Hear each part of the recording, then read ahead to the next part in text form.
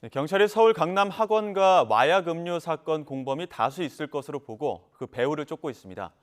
아르바이트인 줄 알았다고 진술하는 배포자 4명 일당은 모두 퀵으로 음료를 건네받은 것으로 파악됐는데 경찰은 발송지가 중국일 가능성도 열어두고 조사하고 있습니다. 취재기자 연결해 자세히 알아보겠습니다. 이준엽 기자.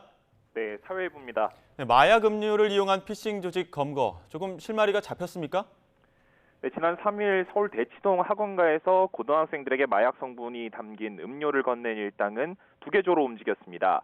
모두 4명인 이들 일당은 한결같이 아르바이트인 줄 알았을 뿐 음료에 마약이 든지는 몰랐다고 진술하고 있는데요.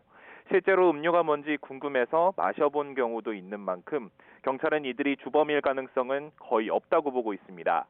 주도 세력과 말단 행동책이 분리된 점조직 형태에 가까운 것으로 보이는데요. 중요한 건 배후를 쫓는 건데 우선 경찰은 피해자들에게 협박 전화를 건 사람과 배포자 4명에게 지시를 한 사람을 우선 추적하고 있습니다.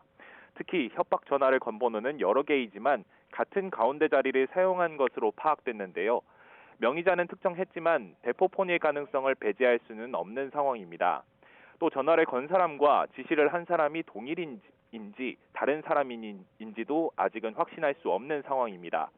만약 잡히더라도 일반적인 전화 사기 조직과 유사하다면 이들이 중간책이고 별도 총책이 따로 있을 수도 있습니다. 또 경찰은 배후 세력이 해외에 있을 가능성까지 염두에 두고 있는데요. 퀵으로 보내진 음료의 첫 발송지가 중국이었을 수 있다고 보고 있습니다. 지금까지 사회 일부에서 YTN 이준엽입니다.